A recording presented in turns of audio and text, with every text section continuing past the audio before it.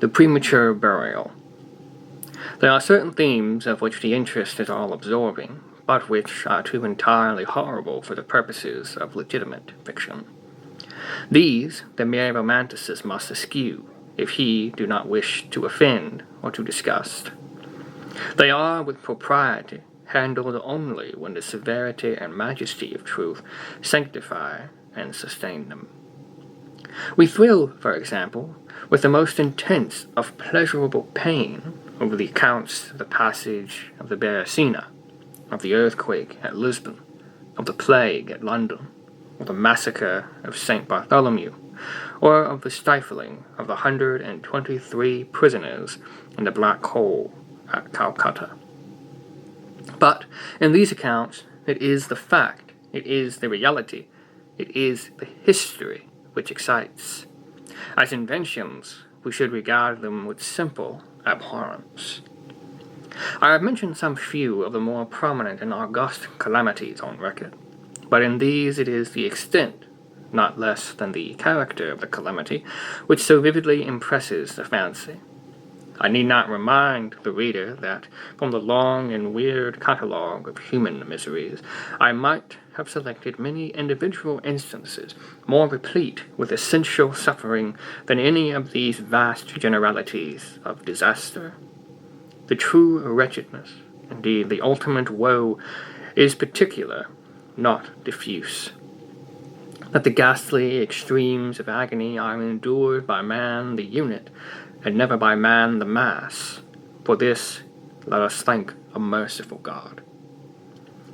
To be buried while alive is, beyond question, the most terrific of these extremes which has ever fallen to the lot of mere mortality. That it has frequently, very frequently, so fallen will scarcely be denied by those who think. The boundaries which divide life from death are at best shadowy and vague. Who shall say where the one ends and where the other begins? We know that there are diseases in which occur total cessations of all the apparent functions of vitality, and yet in which the cessations are merely suspensions, properly so called. They are only temporary pauses in the incomprehensible mechanism. A certain period elapses, and some unseen, mysterious principle again sets in motion the magic pinions and the wizard wheels. The silver cord was not forever loosed, nor the golden bowl irreparably broken. But where, meantime, was the soul? Apart, however, from the inevitable conclusion, a priori, that such causes must produce such effects, that the well-known occurrence of such cases of suspended animation must naturally give rise, now and then, to premature interments, apart from this consideration, we have the direct testimony of medical and ordinary experience to prove that a vast number of such interments have actually taken place. I might refer at once, if necessary, to 100 well-authenticated instances. One of very remarkable character, and of which the circumstances may be fresh in the memory of some of my readers, occurred not very long ago in the neighboring city of Baltimore, where it occasioned a painful, intense, and widely extended excitement.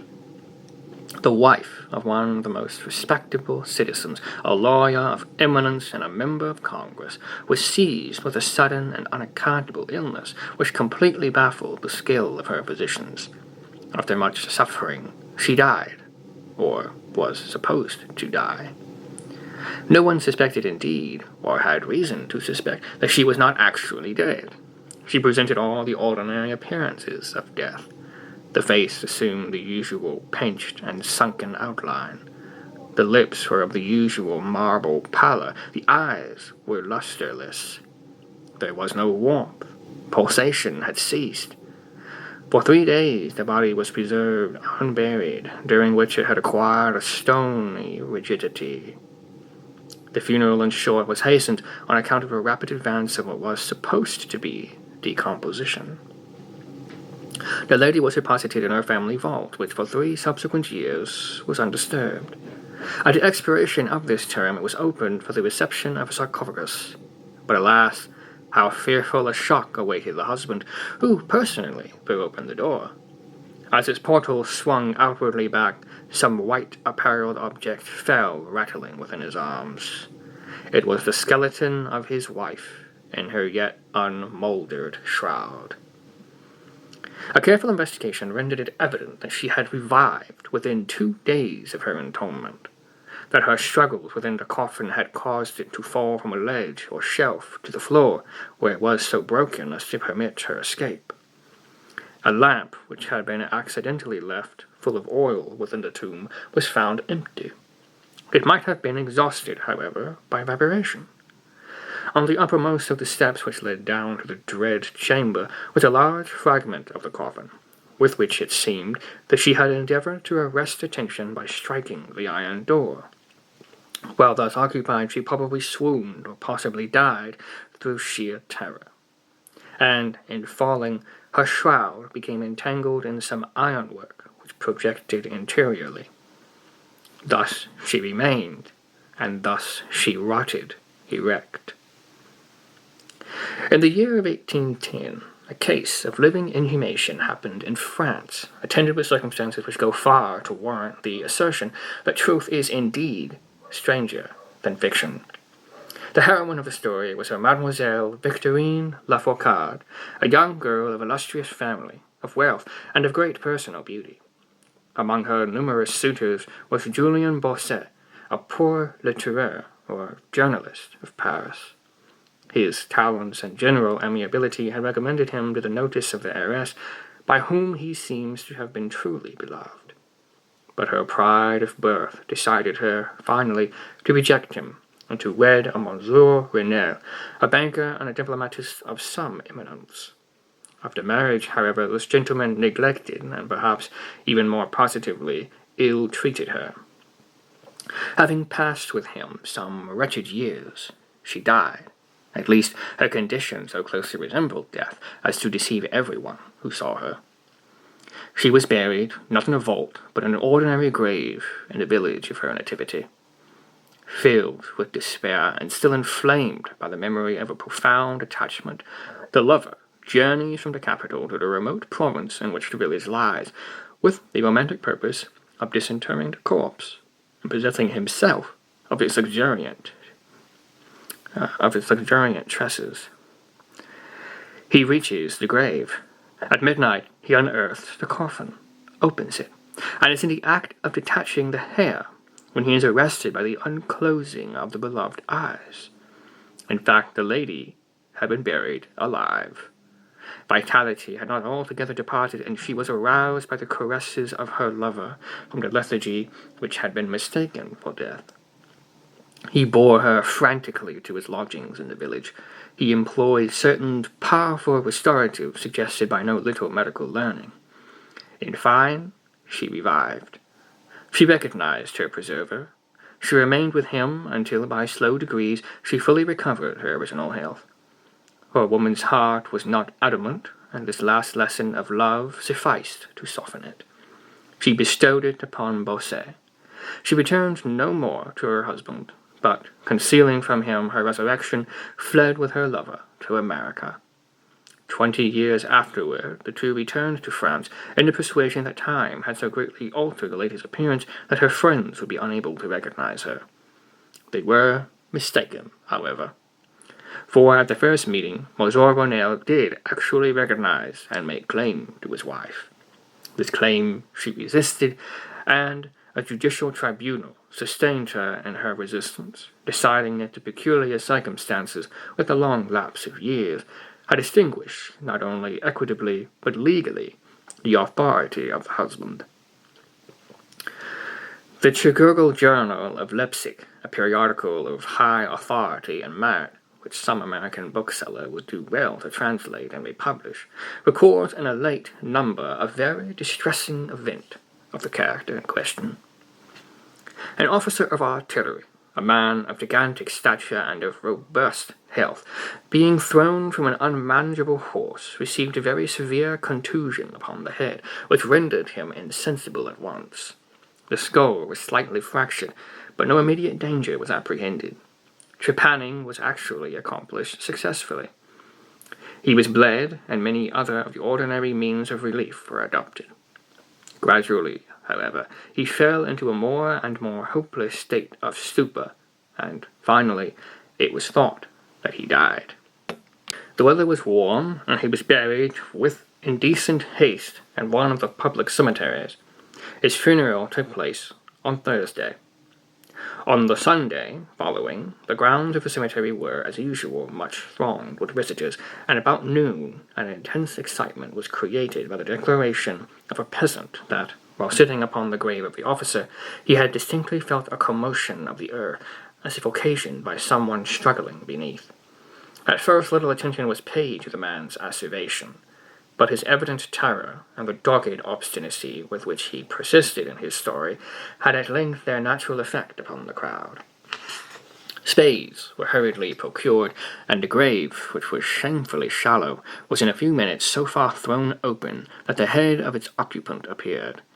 He was then seemingly dead, but he sat nearly erect within his coffin, the lid of which, in his furious struggles, he had partially uplifted. He was forthwith conveyed to the nearest hospital, and there pronounced to be still living, although in an asphytic condition. After some hours he revived, recognized individuals of his acquaintance, and in broken sentences spoke of his agonies in the grave. From what he related, it was clear that he must have been conscious of life for more than an hour while inhumed, before lapsing into insensibility. The grave was carelessly and loosely filled with an exceedingly porous soil, and thus some air was necessarily admitted. He heard the footsteps of the crowd overhead and endeavored to make himself heard in turn.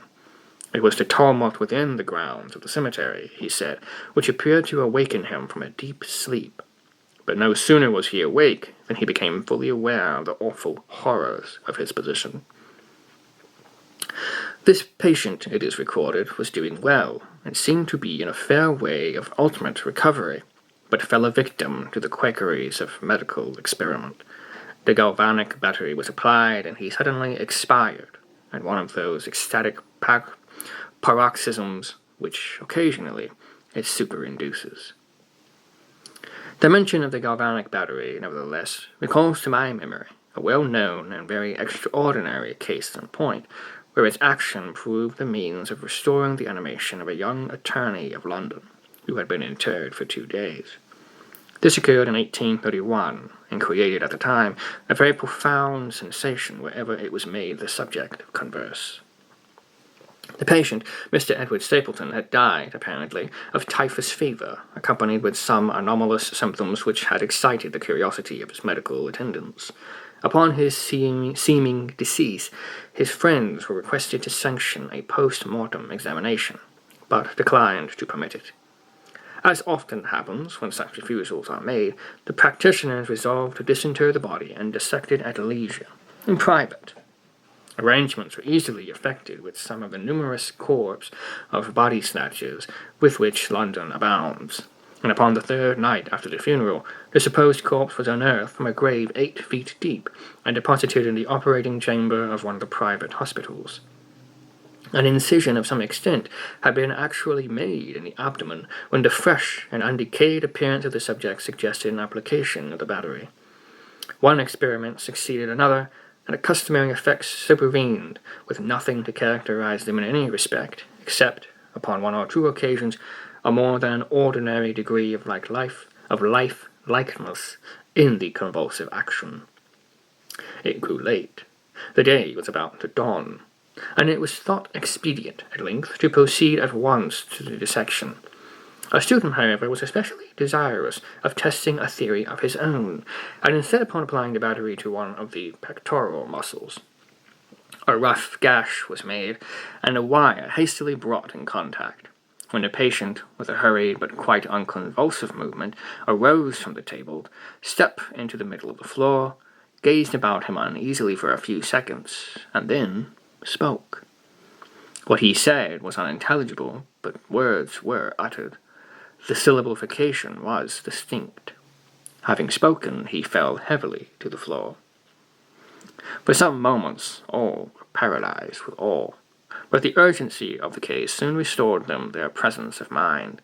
It was seen that Mr. Stapleton was alive, although in a swoon. Upon exhibition of Edgar, he revived and was rapidly restored to health, and in the society of his friends, from whom, however, all knowledge of his resuscitation was withheld, until a relapse was no longer to be apprehended.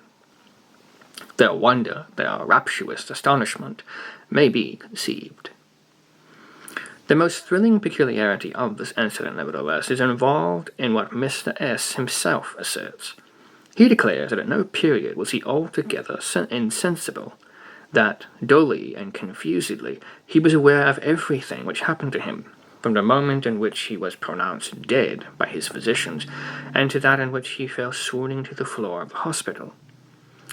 "I am alive," were the uncomprehended words which, upon recognizing the locality of the dissecting room, he had endeavored, in his extremity, to utter. It were an easy matter to multiply such histories as these, but I forbore, for indeed we have no need of such to establish the fact that premature interments occur. When we reflect how very rarely, from the nature of the case, we have it in our power to detect them, we must admit that they may frequently occur without our cognizance. Scarcely, in truth, is a graveyard ever encroached upon, for any purpose, to any great extent. The skeletons are not found in postures which suggest the most fearful of suspicions. Fearful indeed the suspicion, but more fearful the doom. It may be asserted, without hesitation, that no event is so terribly well adapted to inspire the supremeness of bodily and of mental distress as is burial before death. The unendurable oppression of the lungs, the stifling fumes of the damp earth, the clinging to the death garments, the rigid embrace of the narrow house, the blackness of the absolute night, the silence like a sea that overwhelms, the unseen but palpable presence of the conqueror worm. These things, with the thoughts of the air and grass above, with memory of dear friends who would fly to save us if but informed of our fate, and with consciousness that of this fate they can never be informed, that our hopeless portion is that of the really dead. These considerations, I say, carry into the heart, which still palpitates, a degree of appalling and intolerable horror, from which the most daring imagination must recoil. We know of nothing so agonizing upon earth. We can dream of nothing half so hideous in the realms of anothermost hell. And thus all narratives upon this topic have an interest profound, an interest, nevertheless, which, through the sacred awe of the topic itself, very properly and very peculiarly, depends upon our conviction of the truth of the matter narrated. What I have now to tell is of my own actual knowledge, of my own positive and personal experience. For several years, I had been subject to attacks of a singular disorder which physicians have agreed to term catalepsy, in default of a more definite title.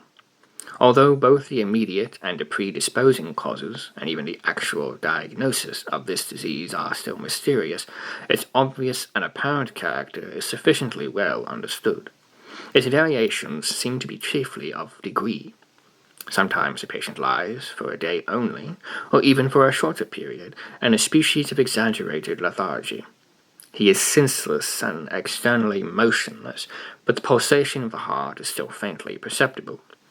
Some traces of warmth remain. A slight color lingers within the center of the cheek, and upon application of a mirror to the lips, we can detect a torpid, unequal, and vacillating action of the lungs. Then again, the duration of the trance is for weeks, even for months. While the closest scrutiny and the most rigorous medical tests fail to establish any material distinction between the state of the sufferer and what we conceive of absolute death. Very usually, he is saved from premature interment solely by the knowledge of his friends that he has been previously subject to catalepsy, by the consequent suspicion excited, and above all, by the non-appearance of decay. The advances of the malady are, luckily, gradual. The first manifestations, although marked, are unequivocal. The fits grow successively more and more distinctive, and endure each for a longer term than the preceding. In this lies the principal security from inhumation. The unfortunate whose first attack should be of the extreme character, which is occasionally seen, would almost inevitably be consigned alive to the tomb. My own case differed in no important particular from those mentioned in medical books. Sometimes, without an apparent cause, I sank, little by little, into a condition of semi-syncope or half-swoon, and in this condition, without pain, not ability to stir, or strictly speaking, to think, but with a dull, lethargic consciousness of life and of the presence of those who surround my bed, I remained until the crisis of the disease restored me, suddenly, to perfect sensation. At other times I was quickly and impetuously smitten. I grew sick and numb and chilly and dizzy, and so fell prostrate at once. Then for weeks all was void and black and silent, and nothing became the universe. Total annihilation could be no more. From these latter attacks I awoke, however, with a graduation slow in proportion to the suddenness of the seizure. Just as the day dawns to the friendliness and houseless beggar who roams the streets throughout the long, desolate winter night, just so tardily, just so wearily, just so cheerily came back the light of the soul to me. Apart from the tendency to trance, however, my general health appeared to be good, nor could I perceive that it was at all affected by this one prevalent malady, unless, indeed, an idiosyncrasy in my ordinary sleep may be looked upon as superinduced. Upon awakening from slumber, I could never gain at once thorough possession of my senses, and always remained, for many minutes, in much bewilderment and perplexity, the mental faculties in general, but the memory in especial, being in a condition of absolute abeyance. In all that I endured, there was no physical suffering, but of moral distress of infinitude. My fancy grew charnel. I talked of worms, of tombs, and epitaphs. I was lost in reveries of death, and the idea of premature burial held continual possession of my brain. The ghastly danger to which I was subjected haunted me day and night. In the former, the torture of meditation was excessive, in the latter, supreme. When the grim darkness overspreads the earth, then, with every horror of thought, I shook as the quivering plumes upon the hearse. When nature could endure wakefulness no longer, it was with a struggle that I consented to sleep, where I shuddered to reflect that, upon awakening, I might find myself the tenant of a grave. And when, finally, I sank into slumber, it was only to rush at once into a world of phantasms, above which, with vast, sable, overshadowing wings, hovered, predominant, the one sepulchral idea. From the innumerable images of gloom which thus oppressed me in dreams, I select for record but a solitary vision. Methought I was immersed in a cataleptic trance of more than usual duration and profundity. Suddenly there came an icy hand upon my forehead, and an impatient, gibbering voice whispered the word, "Arise," within my ear. I sat erect. The darkness was total. I could not see the figure of him who had aroused me. I could call to mind neither the period at which I had fallen into the trance, nor the locality in which I lay. While I remained motionless, and busied in endeavors to collect my thoughts, the cold hand grasped me fiercely by the wrist, shaking it petulantly, while the gibbering voice said again, "Arise! Did I not bid thee arise?"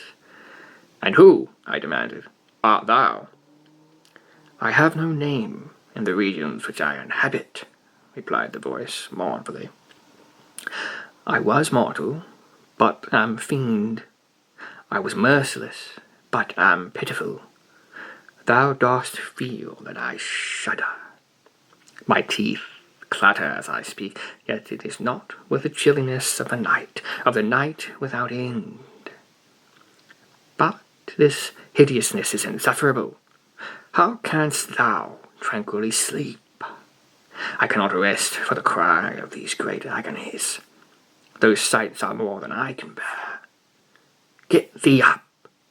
Come with me into the outer night, and let me unfold to thee the graves. Is not this a spectacle of woe? Behold! I looked, and the unseen figure, which still grasped me by the wrist, had caused to be thrown open the graves of all mankind, and from each issued the faint phosphoric radiance of decay, so that I could see into the innermost recesses, and there view the shrouded bodies in their sad and solemn slumbers with the worm. But alas, the real sleepers were fewer, by many millions, than those who slumbered not at all. And there was a feeble struggling, and there was a general and sad unrest, and from out the depths of the countless pits there came a melancholy rustling from the garments of the buried. And of those who seemed tranquilly to repose, I saw that a vast number had changed, in a greater or less degree, the rigid and uneasy position in which they had originally been entombed. And the voice again said to me as I gazed, "It is not, is it not a pitiful sight?" But before I could find words to reply... Oh, wait, the quote ended there. I'll restart that paragraph. And the voice again said to me, as I gazed, "It is not, is it not a pitiful sight?" But before I could find the words to reply, the figure had ceased to grasp my wrist, the phosphoric lights expired, and the graves were closed with a sudden violence, while from out them arose a tumult of despairing cries, saying again, "Is it not, O God, is it not a very pitiful sight?" Fantasies such as these, presenting themselves at night, extended their terrific influence far into my waking hours. My nerves became thoroughly unstrung, and I fell a prey to perpetual horror. I hesitated to ride or to walk, or to indulge in any exercise that would carry me from home. In fact, I no longer dared trust myself out of the immediate presence of those who were aware of my proneness to catalepsy, lest, falling into one of my usual fits, I should be buried before my real condition could be ascertained. I doubted the care, the fidelity of my dearest friends. I dreaded that, in some trance of more than customary duration, they might be prevailed upon to regard me as irrecoverable. I even went so far as to fear that, as I occasioned much trouble, they might be glad to consider any very protracted attack as sufficient excuse for getting rid of me altogether. It was in vain they endeavored to reassure me by the most solemn promises. I exacted the most sacred oaths that under no circumstances they would bury me until decomposition had so materially advanced as to render further preservation impossible.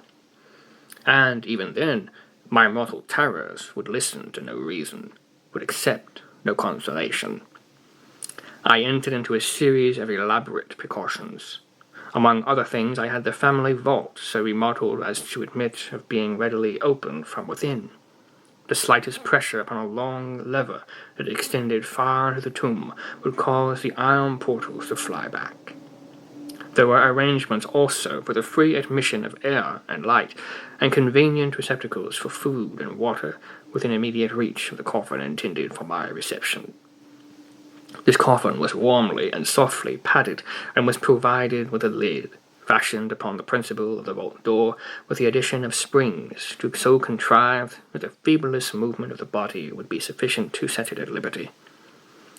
Besides all this, there was suspended from the roof of the tomb a large bell, the rope of which, it was designed, should extend through a hole in the coffin, and so be fastened to one of the hands of the corpse. But alas, what avails the vigilance against the destiny of man? Not even these well-contrived securities suffice to save from the uttermost agonies of living inhumation a wretch to these agonies foredoomed. There arrived an epoch, as often before there had arrived, in which I found myself emerging from total unconsciousness into the first feeble and indefinite sense of existence. Slowly, with a tortuous gradation, approached the faint grey dawn of a cycle day, a torpid uneasiness, and apathetic endurance of dull pain. No care, no hope, no effort. Then after a long interval, a ringing in the ears. Then, after a lapse still longer, a pricking or tingling sensation in the extremities. Then a seemingly eternal period of pleasurable quiescence, during which the awakening feelings are struggling into thought. Then a brief resinking into non-entity. Then a sudden recovery. At length the slight quivering of an eyelid, and immediately thereupon an electric shock of a terror, deadly and indefinite, which sends the blood in torrents from the temples to the heart. And now the first positive effort to think, and now the first endeavor to remember, and now a partial and evanescent success. And now the memory has so far regained its dominion that, in some measure, I am cognizant of my state.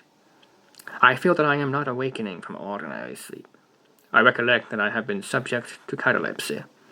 And now at last, as if by the rush of an ocean, my shuddering spirit is overwhelmed by the one grim danger, by the one spectral and ever-prevalent idea. For some minutes after this fancy possessed me, I remained without motion. And why? I could not summon courage to move. I dared not make the effort which was to satisfy me of my fate, and yet there was something at my heart which whispered me it was sure.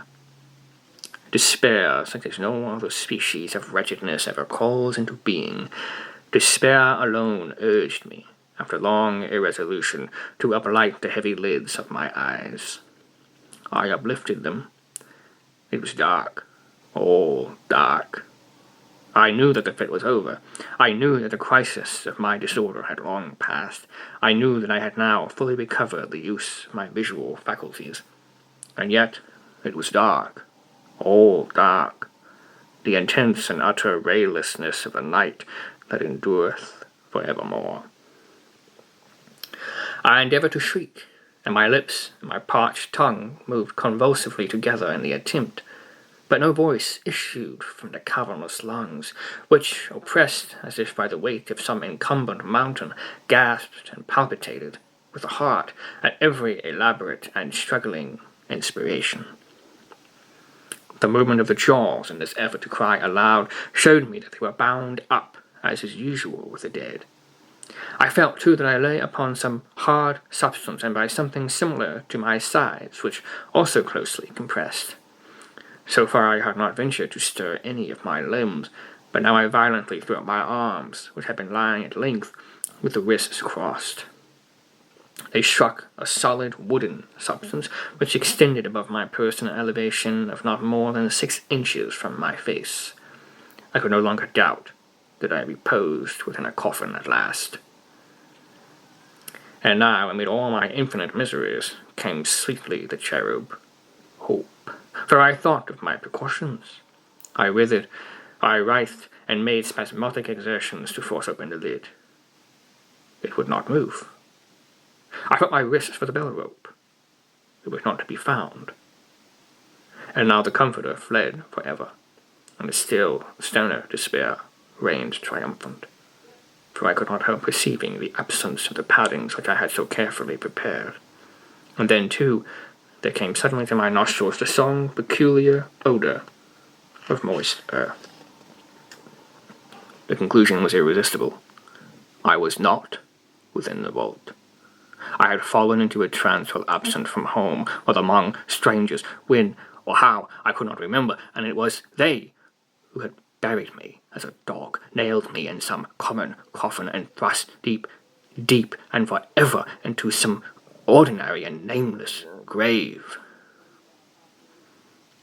As this awful conviction forced itself thus into the innermost chambers of my soul, I once again struggled to cry aloud. And in this second endeavor I succeeded. A long, wild, continuous shriek or yell of agony resounded through the realms of the subterranean night. "Hello!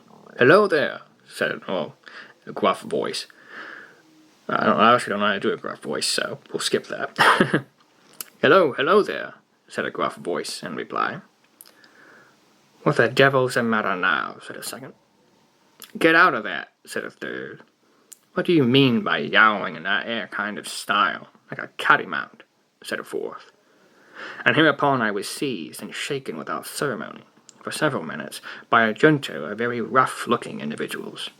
They did not arouse me from my slumber, for I was wide awake when I screamed, but they restored me to full possession of my memory.